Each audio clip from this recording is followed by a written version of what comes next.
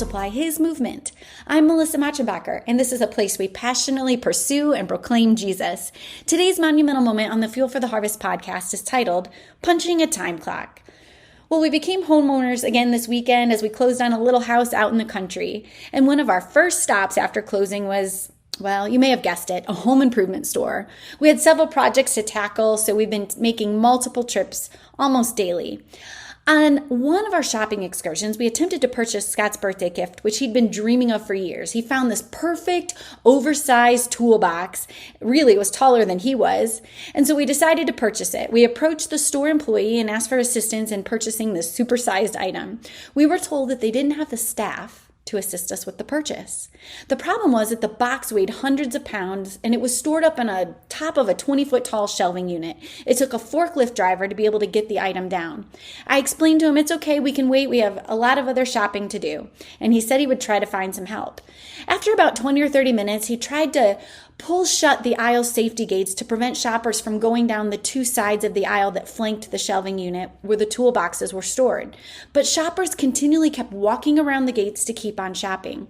He kept looking at me and apologizing and kept saying, I'm so sorry, we are so understaffed.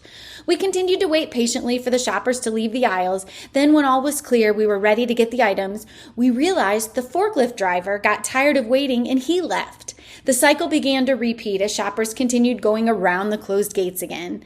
Finally, realizing that they were so short-staffed and seeing the need, I took it upon myself to help and kindly ask people to keep out of the aisles. Suddenly, one woman yelled from the end of the aisle, "Excuse me, do you work here?"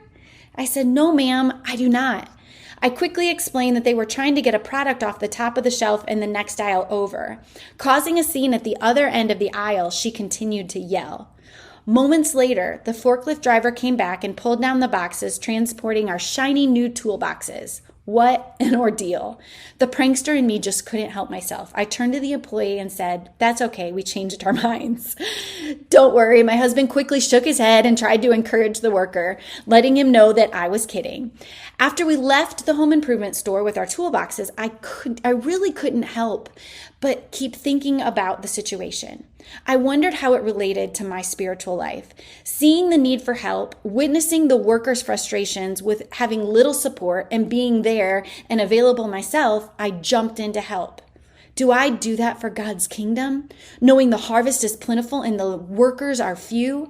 There are times I've been guilty of seeing a kingdom need right in front of me, but I don't step in to help. It's as if through the years, as I've worked and volunteered in ministry, I've been found guilty of punching a time clock and thinking that I'm not on ministry duty after work hours. Of course, we can't help with everything, and there are appropriate times and places to help. But if God has given us eyes to see and has put kingdom needs directly in front of us, are there ways that we can help advance His mission? Does a kingdom laborer punch a time clock? Colossians 3:23 and 24 says, "Whatever you do, work heartily as for the Lord and not for men, knowing that from the Lord you will receive the inheritance as your reward. You are serving the Lord Christ."